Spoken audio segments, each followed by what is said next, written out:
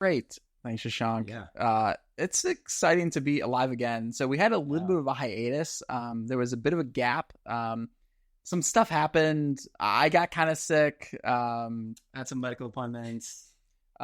Just so it was tough for us to like get recording. But we're back. And it was also a slow news week the last few weeks. I mean, you guys didn't miss too much. Yeah.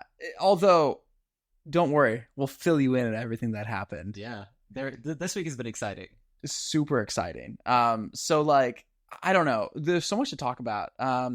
Like Google just announced like a whole slew of AI products. A bunch of products, and they kind of leaned into memeing themselves about how many times they mentioned the word AI. They had an LLM count how many times they mentioned AI in that whole keynote, and I think it was like 100 something times. Oh, really? Is that many times? Yeah, because I think that in the past I saw like a few YouTube videos of people making montage edits of them just saying like AI, AI, AI, AI, AI, and well, I mean, it's kind of funny that they have like a sense of humor to realize that, you know, they are going hard, all in, all Gen AI, but not even Gen AI, just like all AI.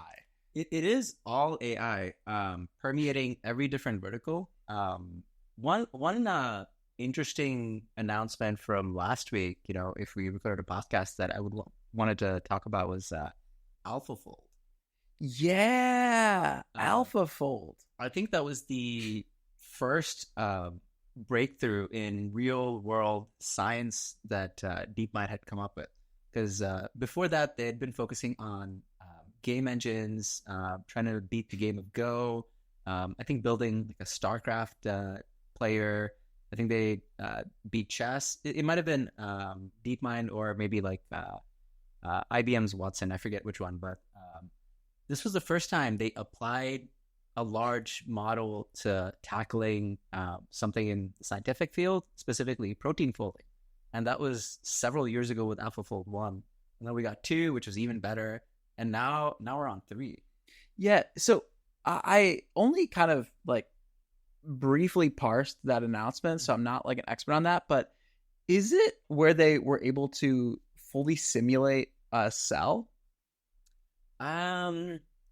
Close. So from my understanding, protein folding was an important problem in the pharmaceutical industry, where they have to figure out exactly what kind of protein would bind to what kind of receptor to cure a specific kind of ailment.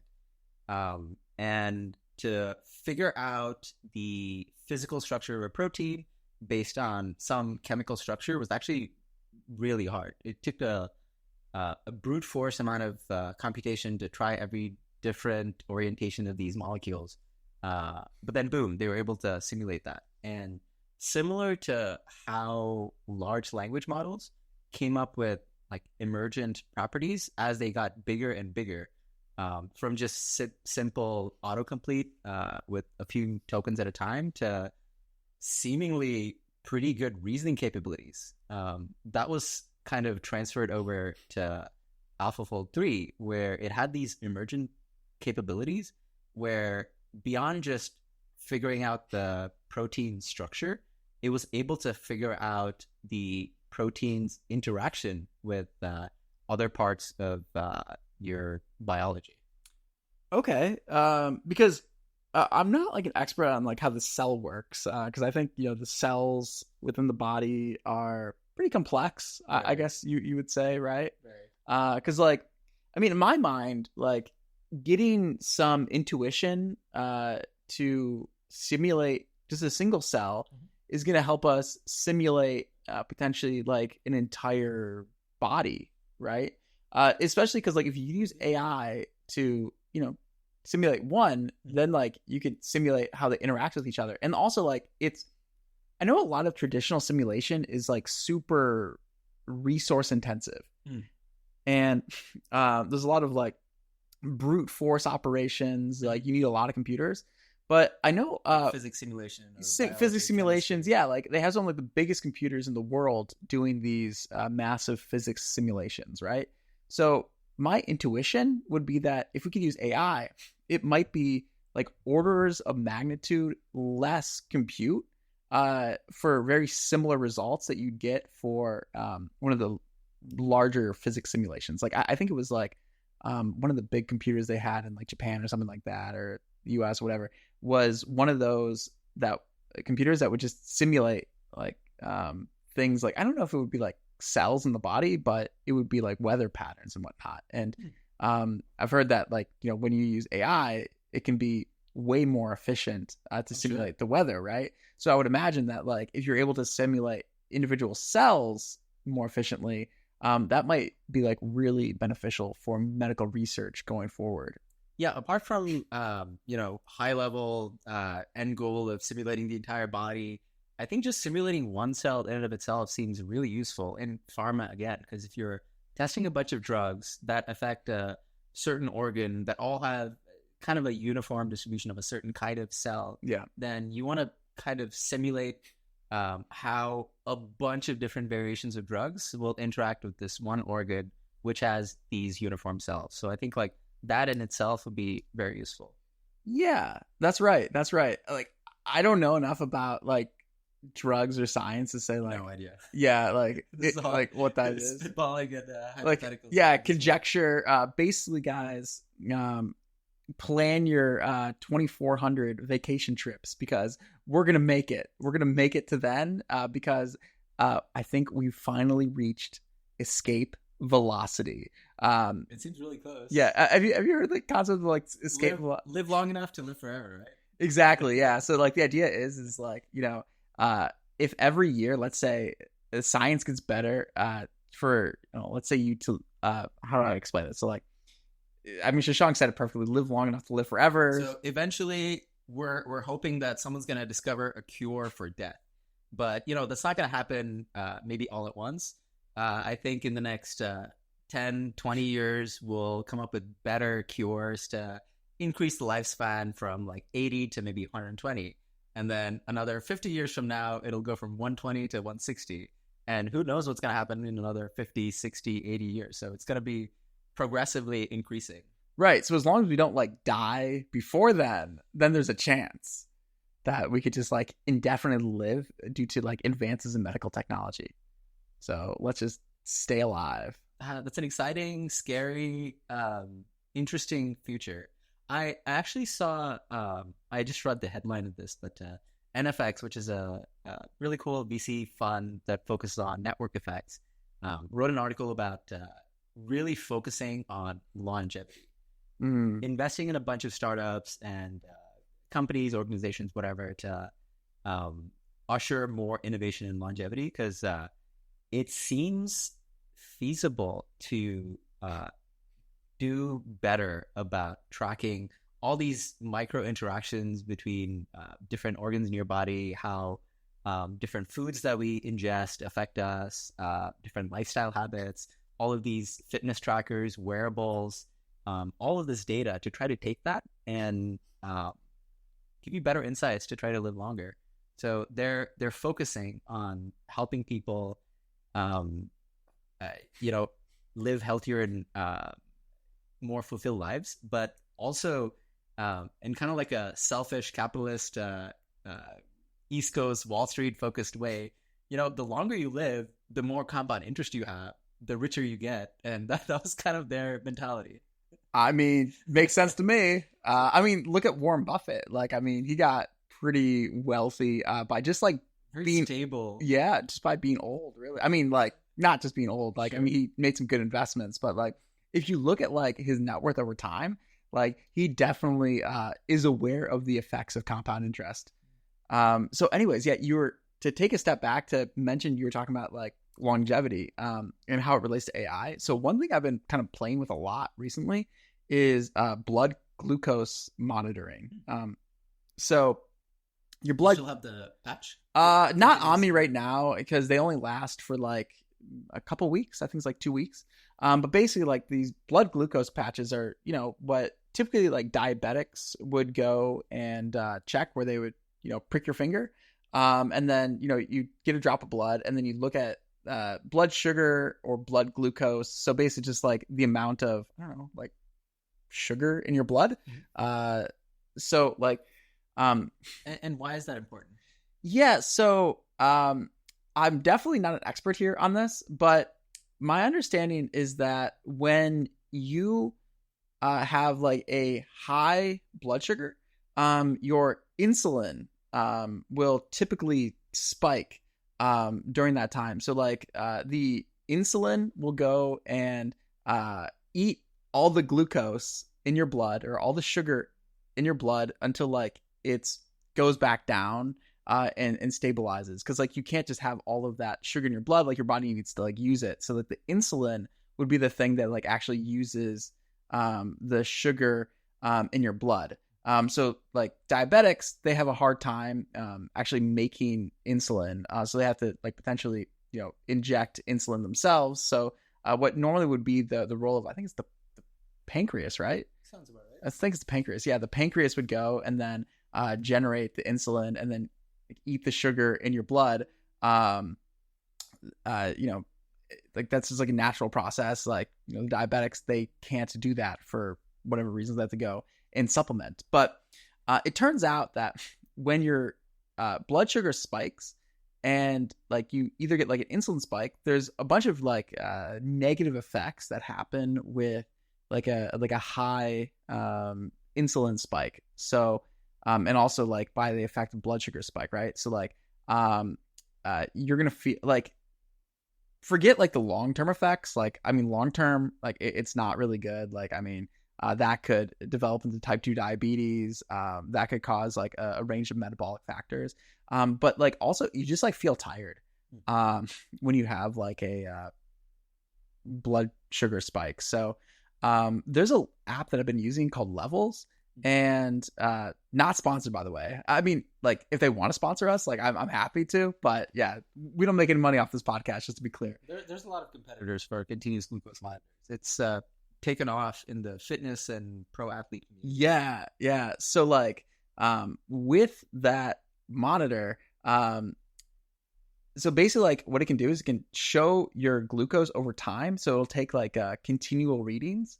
So you can see like how the food affects you. So I've been going in and then as I eat food, I'll record what I eat. So they have like this thing in the app where you can like take a picture of the food, and then it'll use AI to try to figure out what you're eating. Oh, really? Yeah. I mean, it's kind of terrible, like to identify like exactly what you're eating. So they're trying. So I'll give them that. Bring AI back into the podcast. So it's the worst it's gonna ever be, right? Who knows?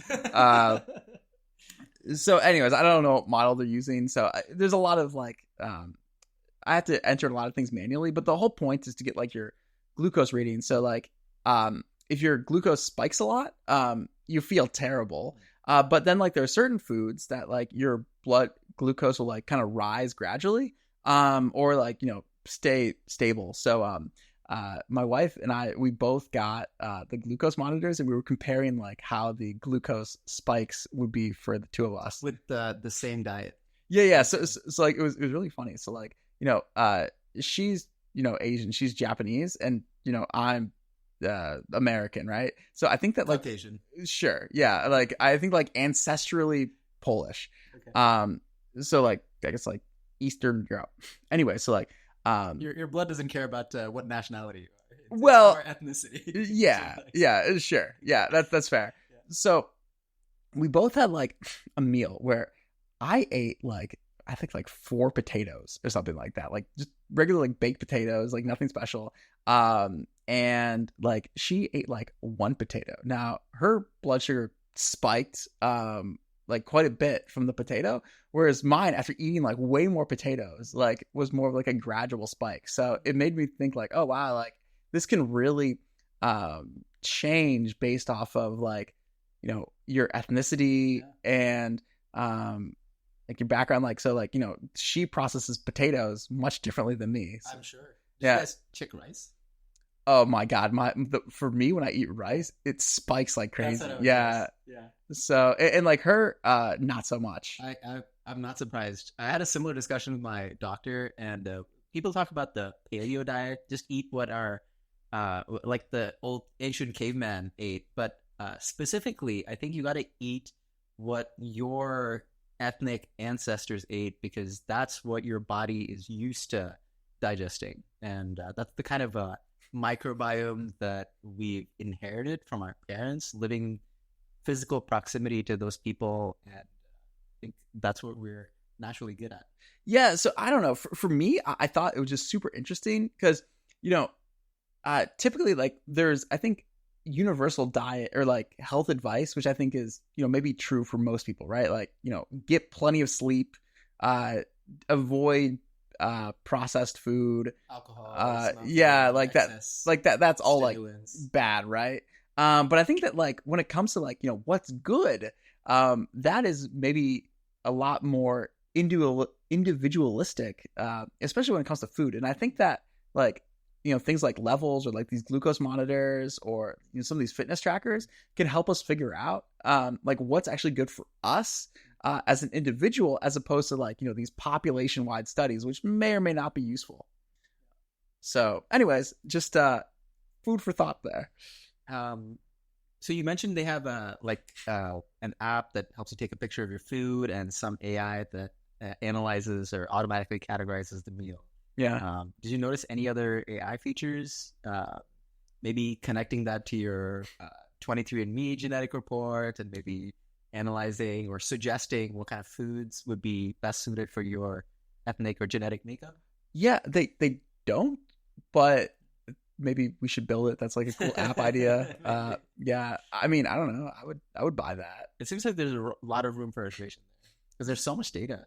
Yeah, that's the thing, right? Like, I mean, 23andMe with like continuous glucose monitors, like if you knew like where it was from, like it could recommend like certain foods and like medicines for you. Diet, exercise habits. If you include like how different levels of exercise, high intensity cardio, low intensity weights, all of this affects your health and vitals.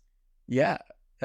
So anyways, enough about like this topic. We never even got to the other big announcements, and then very big. Like what should we start with? The king of the hill, GPT-4.0. I mean, we kind of buried the lead here a little bit. Let's do it. Yeah. So, all right. If you've not been living under a rock, you've probably heard about OpenAI's announcement, which happened to be like right after Google's, or actually right before. Yeah. So right around the same time. I'm sure it was very intentional. Yeah.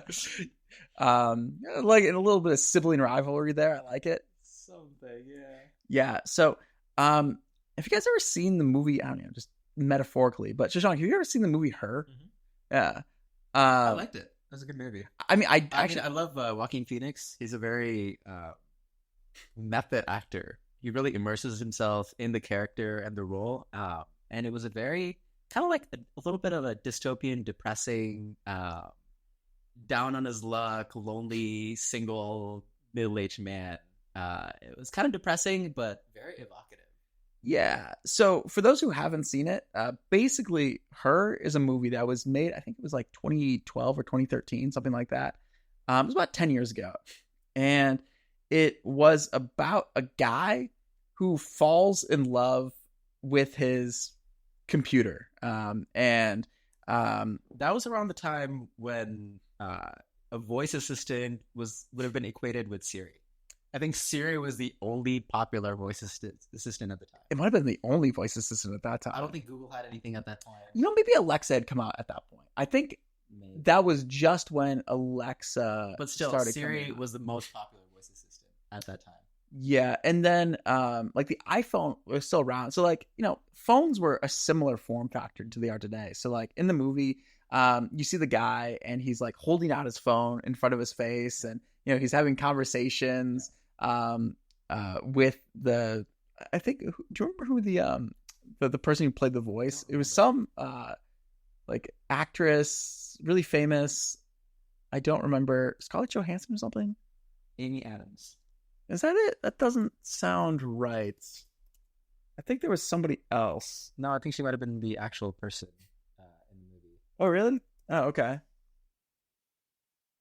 Well, whatever. Yeah. Whoever it is, maybe it's Amy Adams. I thought it was somebody else, but that's okay. Scarlett Johansson. Wow. Yeah. Okay. Scarlett Johansson. Yeah. That sounds right. So she voiced like the computer. So like basically the actor, like he falls in love with basically think like ChatGPT, and he like talks to it, and they love each other, and it's a super weird dystopian movie because like he's not like actually like talking to people, but it's a computer, but it makes him feel happy, and a lot of people start like dating their operating system. Super weird, but anyways, yeah. OpenAI, they built that. Yeah. So where it was like an episode of Black Mirror, I guess now life has turned into an episode of Black Mirror. So we'll see where this one goes. Yeah. So what is it? From my perception, I don't think it is that much of a fundamental research breakthrough in the model.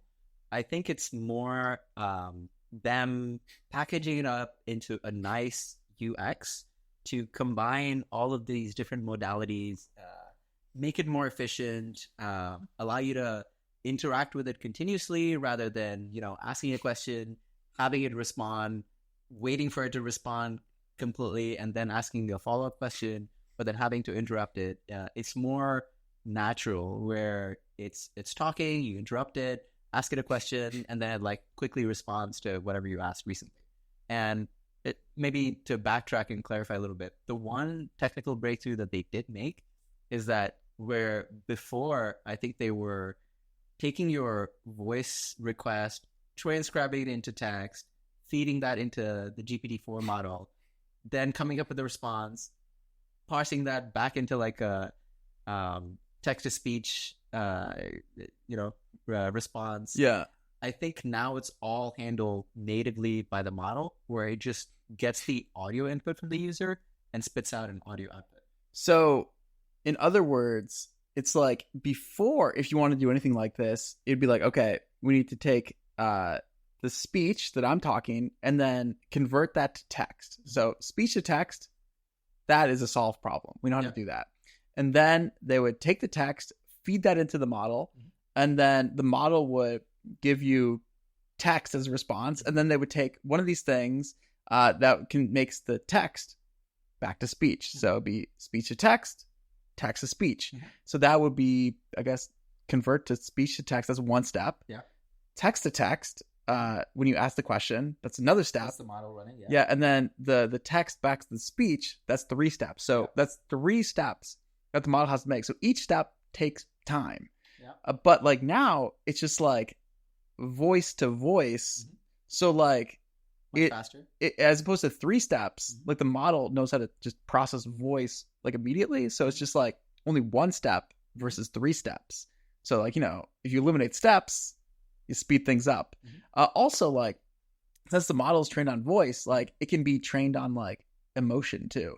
So like I asked it when I was talking with it. So like it's out there, and I've spent a lot of time like talking with it. And I actually had it help me practice Japanese. So it would go and then like switch between talking in English, talking in Japanese. And then I was like, hey, like ChatGPT, that's too fast. Can you slow it down? And then it said, yeah. Like, and then it started talking slower, and then it started speaking Japanese. So like, I mean, that's cool, right? Like to be able to, talk a little bit slower. I mean, that like really helps for language learning. Now that you mentioned that, I was watching not the announcement, but one of the demo videos of them showcasing GPT-4.0, and I think it was Greg Brockman, one of the other founders. He was trying to get the model to speak faster, and he was like, no, speak a little slower. And I started speaking slowly. He's like, no, actually go a little bit faster. And then in response, the model went like, okay.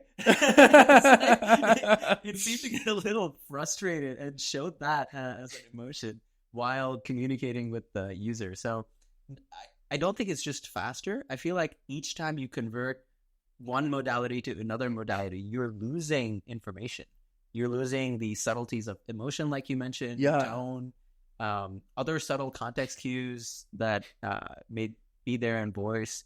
And if you can only imagine them just focusing on video also, because I think video was part of the demo too. I don't think that's so I don't, the video is not out yet, but they have videos of people using the videos where basically it's just like you can FaceTime with it, where like it doesn't have a body but it can see you, so you can like, you know, hold your phone up, like you can like show it around you, it can like see what you're wearing, it can see like, you know, what's behind you. I can give comments on that, and it can process that all in real time, and you could also interrupt it. You know, computationally, that just like blows my mind. I don't know how they're handling this. I feel like they're taking some shortcuts with video, but even putting video aside, just text alone seems really impressive. Oh yeah, sorry, voice alone seems very impressive. For sure, like incredibly impressive. And I mean, what do you think? Like, what do you think is like the result of this innovation? Do you think it's like maybe from the advances in the NVIDIA architectures? Do you think it's maybe like software, a bit of both? Like, what do you think? Like, what do you think is like really driving these improvements? Well, I think it's the fact that it's what they did today is possible only because of the software changes, because they had to re-architecture this somehow to natively understand voice. But I think how they were able to get it so cheap and make it free for all their users is definitely because of NVIDIA's new architecture and all those new GPUs, and the server architecture and the massive supercomputers that they just got. They mentioned that in the announcement. Thanks to NVIDIA, we were able to do this because it is, I don't know, like 2-3x improvement. And they're passing that on to the consumers. Maybe not all the 2 or 3x improvement, but they said they're making it 50% cheaper to users and like the API customers. Man, it's hard to compete for everybody else. Google has similar announcements. We can talk about that later, but they announced new chips, their new TPU, I think version 6 architecture or something, which is 4 to 5x faster, which probably coincide with a drop in prices and lower API costs. Well, so I see what you're saying there. I guess my point is it's hard to compete because like, you know, not everybody can just like go out and like roll out like a new hardware. I mean, we're not gonna be able to do it right here. Yeah, it's like, I mean, it's only like the big boys that are able to compete, and like it moves so fast. I mean, it was just like a couple weeks ago we were talking about like, oh, Llama 3, new king in town. This is great, and now it's like new open source king. Well, I think there still are the best in open source. Yes, probably. But like, I mean, the thing is like, I feel like the king in town changes every week. Yeah. And it's like, you know, we were talking about Llama, and now we're talking about back to OpenAI. But like right before that, it was like Google or I don't know. It's like, it's wild. I guess speaking of Google. All right. Yeah. Shortly after OpenAI, the Google I/O event had been planned for a while. It happens at the same time every year. Did you go to that? No, I didn't. Oh. As a Googler, you need to. You don't automatically get tickets. Oh, it's a massive event. There's a lot of us, so you need to apply. You get a lottery, and then you go. I didn't bother applying because like it kind of swamped with work. But I see. It seems like a lively environment to be in. I'd like to check it out next time. Sounds fun, yeah. I'd like to go if you can get any extra guest passes. I'll see what I can do. Okay. Next time. All right. But they probably have other events coming up too. We'll see. Sure. Yeah. But yeah, so I/O happened this week, and it was very similar to OpenAI's recent announcements. They came up with something similar to GPT-4.0, Project Astra, where it's like I think it's an integration with Google Lens, where you can point your phone around, have the camera, and the LLM sees what you're seeing. I'm not sure exactly how it works under the hood, how native that video and voice input is. Maybe there's a few levels of conversion, or maybe it's native, because Google has been working on multimodal stuff for a while. But yeah, you can do similar things with Google's Astra. And they also came up with a competitor to Sora, the text-to-video model. Yeah. I saw a couple demos. It's pretty impressive if you hadn't seen Sora. I think it's like not as good as Sora. Still awesome. I mean, I think that is probably true. But the thing with Sora is like they haven't released it yet, and like they have just Google hasn't released there either. Well, I mean, the thing is like with Sora, they've cherry picked the examples, kind of. But I thought Sam Altman was like taking requests for prompts on Twitter, and he was just like firing off responses. Well, I mean, you could decide which prompts or like things you respond to. I guess, sure. So, I mean, like, it's still, like, very somewhat impressive. Vetted by their CEO. So, I mean, not to say, like, I doubt them. Like, I mean, OpenAI is ridiculously impressive, and I wouldn't put it past them. But the fact that, like, you know, it's been announced a while ago, and, like, I still haven't been able to use it. Like, I mean... I think that was part of, like, the sibling rivalry between OpenAI and Google. Is Google is planning on announcing... or Google announced the Gemini 1.5 Pro with the ridiculously long 1 million context window. Yeah. And then boom, right after we had the Sora announcement, it was not a fully fleshed out product. It was not publicly available, but they had to make that announcement. Yeah. That's true. So you would think that like maybe in the future, maybe Google will come out with their own like GPT-4.0 competitor. We have it, Project Astra. No, but like I mean, like launch is that launch Project Astra? Because like, I can use GPT-4.0 today. They've shared their vision. Okay. Yeah. A lot of this is being rolled out slowly. I assume these things are ridiculously computational intensive. Yeah.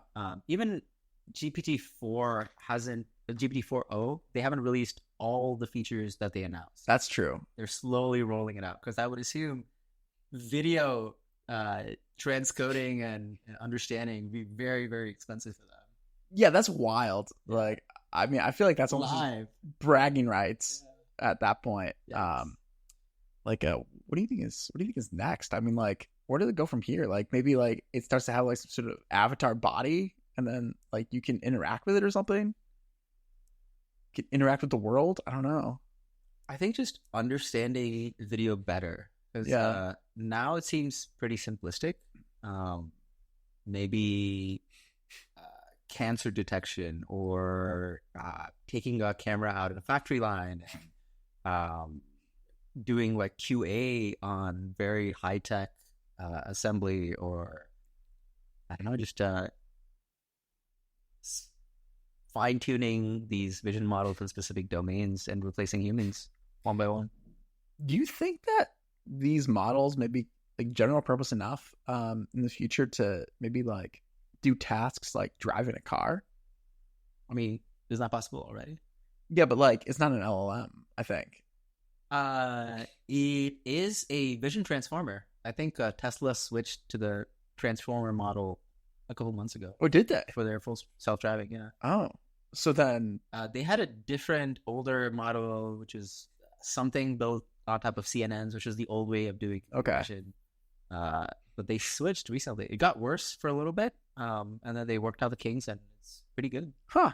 Yeah. Okay. Well, then that answers that question. Yeah. All right.